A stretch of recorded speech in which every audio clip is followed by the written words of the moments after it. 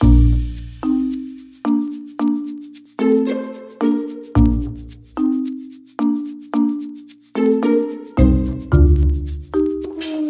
on se retrouve pour la deuxième partie des présentations des livres jeunesse qui sont arrivés dernièrement à la maison. Là, par contre, il y a Juline qui est avec moi, donc je sais pas si ça va être... je vais peut-être faire un peu plus rapide.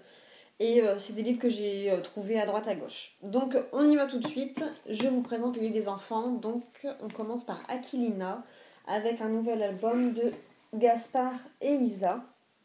Donc c'est Gaspard et Lisa font de la magie aux éditions Hachette Jeunesse.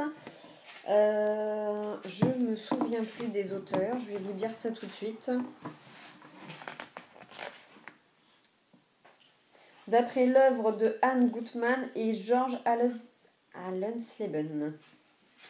Je pense que ça devait être en dessin animé avant. Enfin, je sais pas, j'imagine. Voilà, donc c'est des petits albums qui coûtent à la base 5€ et que je trouve dans un bazar à 1,99€. Donc je suis toujours contente de les trouver à ce prix-là. Et Akina est ravie de compléter sa collection avec toujours des dessins, je trouve, très jolis. C'est pareil, ça change. Voilà. Donc des jolies images avec une histoire. Donc on l'a pas encore lu, hein. Je l'ai acheté hier. Je pense qu'on va le lire ce soir. Il a l'air d'être très bien, comme d'habitude. Gaspard Lisa, on n'a jamais été déçus. Il y avait juste un tome où l'histoire était un peu moins bien ficelée, mais après, sinon, on a toujours été contents. Donc voilà, lecture de ce soir. Concernant Emilia, je continue la collection des mini-contes classiques des éditions Lito, qui sont donc les contes repris dans un petit format, on va dire. Enfin, un format qui est souple. Voilà. Et qui coûte seulement 1,99€.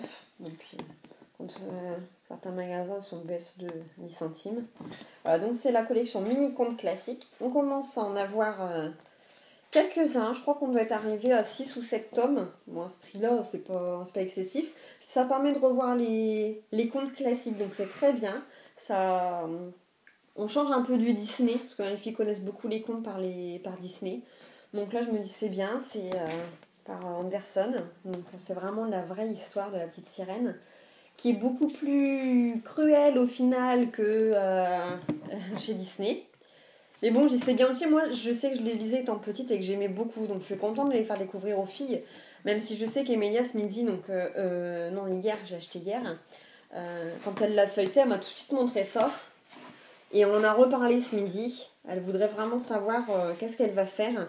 Et je lui ai dit, donc, si je me trompe pas, dans mes souvenirs, la sirène doit, à cause de la méchante, tuer, donc je sais plus si c'est le prince ou la princesse, je crois que c'est le prince. Hein.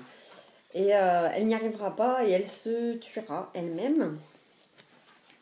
Et donc après on la voit en ange, en princesse des mers, ou je sais pas, enfin c'est devenu une vague, en train d'embrasser son prince. Donc Emilia a un petit peu de mal avec ça, me pose beaucoup de questions, donc j'ai hâte qu'on le lise ensemble. Après je pense qu'elle comprendra très bien et ça reste un conte, ça traumatise pas les enfants, hein. Voilà, donc voilà, hâte de lui faire découvrir et puis contente de compléter encore sa collection. Donc voilà, ça c'est lecture Emilia. Lecture Juline. Coucou mon cœur. Toujours repipée, trop mignonne. Alors, Juline, j'ai continué sa collection aussi. En ce moment, je continue, j'aime bien. Mon histoire du soir, avec Winnie l'ourson. Donc, c'est les petits livres qu'on trouve un peu partout, qui coûtent 2€, qui sont à partir de 2 ans normalement, et qui comptent pour 10 minutes de lecture. Chez les éditions Hachette Jeunesse. Moi, c'est une collection que j'aime bien. Je la fais pour Juline alors qu'elle est petite. Elle a 10 mois. Mais parce que c'est trop souple, ça elle l'a déjà un peu abîmé. Moi je l'ai acheté dans un dépôt-vente, hein. Je ne l'ai pas acheté en magasin, mais en super état. Moi j'aime bien, et je lis quand même les histoires avec elle, donc bon, des fois elle vient taper un peu sur le livre comme ça, et je trouve qu'elle est très concentrée, elle écoute beaucoup ce que je raconte. Donc voilà, encore un tome de cette collection, on commence à en avoir aussi pas mal. Voilà, puis bon, c'est 10 minutes de lecture, donc c'est très bien pour les histoires du soir. Voilà pour Juline. Et une présentation qui a rien à voir avec la littérature jeunesse, qui est plus un petit truc de maman.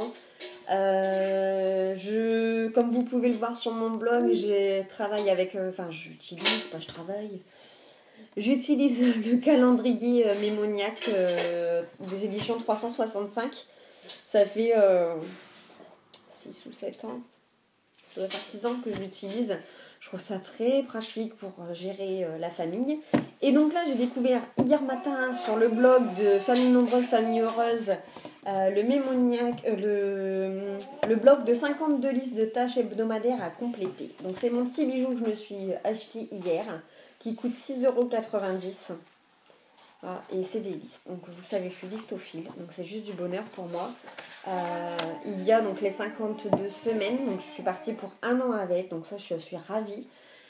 Et je trouve qu'il est très pratique. Donc nous notons ici la date, semaine du haut. Ici donc, que je me trompe pas, ici c'est ménage. Avec donc passer la serpillière, passer l'aspirateur, nettoyer les WC, enlever les toiles d'araignée, changer celle de l'aspirateur. On a quelques petites lignes en dessous pour rajouter ce qu'on a besoin. Ici, nous mettons qui doit faire les tâches. Je suis curieuse de voir est-ce qu'il va y avoir un autre nom que moi. Et ici, donc cocher dès que c'est fait. Donc après la partie ménage, il y a la partie cuisine, bricolage, linge, jardin, balcon. Et derrière, il y a aussi... Et je trouve ça très bien d'y avoir pensé. Il y a aussi la voiture, les animaux de compagnie, les papiers, qui après c'est à compléter. Donc je me dis, on peut se mettre comme ça des directives pour une semaine. Voilà, donc après si je n'utilise pas toutes les semaines, c'est pas grave, ça fera plus longtemps. Hein. Mais bon, je trouve que c'est bien et puis ça peut permettre aussi d'anticiper, de se dire, je sais pas, qu'est-ce qu'il pourrait y avoir. Je peux organiser pour aller au pressing par exemple et me dire non, j'y vais que la semaine d'après. Qu'est-ce que j'avais vu, changer les draps aussi, on peut anticiper. Moi je change toutes les 2 semaines, 2-3 semaines. Papier, déclaration d'impôt, c'est pas maintenant. J'en ai déjà déchiré une, bravo. Donc voilà, c'est mon petit plaisir de cette semaine et je suis trop contente de l'avoir élémenté. En plus, si je veux le coller au frigo, mais je pense que je vais plutôt le mettre sur mon tableau blanc. Donc voilà, c'est les petites choses en plus de cette semaine. Voilà, je vous dis à bientôt.